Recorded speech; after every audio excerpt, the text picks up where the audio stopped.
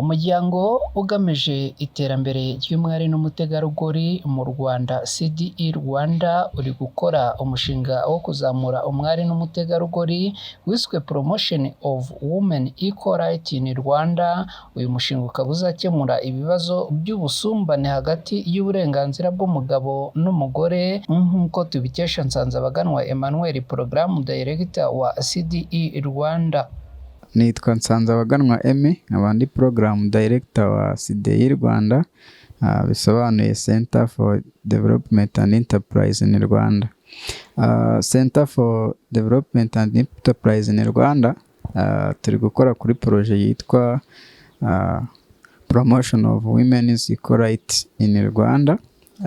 Ni umushinga cyangwa se projet twahisemo kuko twabonye ko hakirimo icyuho kinini hagati y'uburenganzira bw'umugore n'umugabo.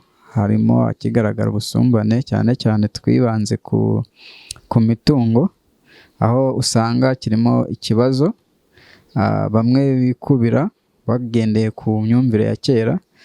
Avuga ko ibi bizakemura ibibazo birimo no guhindura imyumvire hagati y'abagabo n'abagore, aho ngo usanga hakiri abatabyumva neza bitewe no kutabisobanukirwa.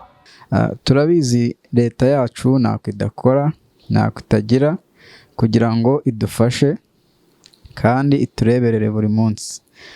Ni muri urwo rwego natwe twagize tugira ngo dutange umusanzu nka CDE-Rwanda, dukore ubukangurambaga, abatabyumva nabo babyumve kurushaho. Nsanzimana kandi aratubwira bimwe mu bibazo bamaze kugenda bahura nabyo aho bagiye banyura.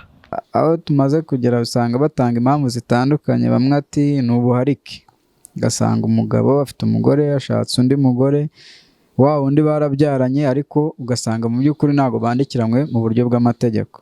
Ugasanga abana rero niba ari umwana w'umukobwa nawe ubyaye ukajyana na mama we, wa undi birukanye, ugasanga hari uburenganzira adahawe.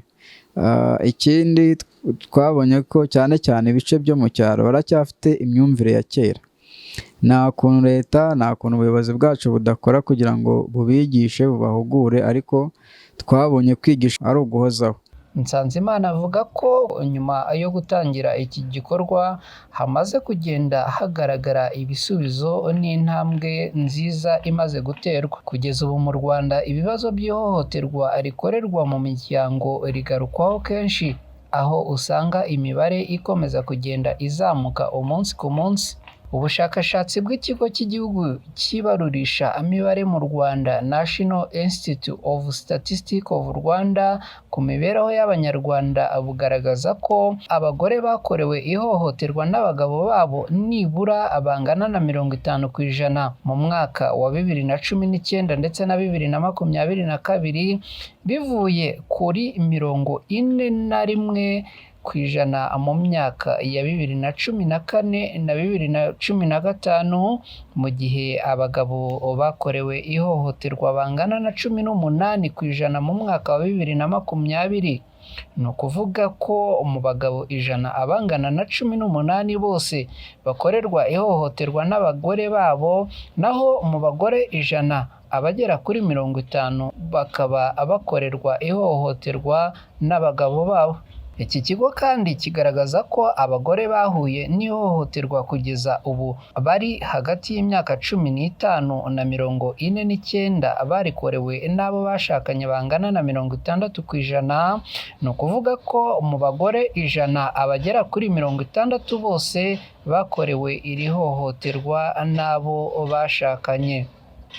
Nubwo bimeze bityo ariko leta y'u Rwanda binyuze muri Minisiteri y'Uburinganire n'Iterambere ry'Umuryango mu Rwanda ivuga ko hari intambwe nziza iri guterwa, aho 82% by'abagore basigaye bagira uruhare mu gufata ibyemezo ku birebana n'ubuzima bwabo. Umuryango CDE-Rwanda ukaba warahagurukiye gutanga umusanzu wawo mu guhangana n'ikibazo cy'ihohoterwa rikorerwa umwari n'umutegarugori binyuze mu bukangurambaga, ubuvugizi, kwigisha no gutanga inama aho bishoboka hose.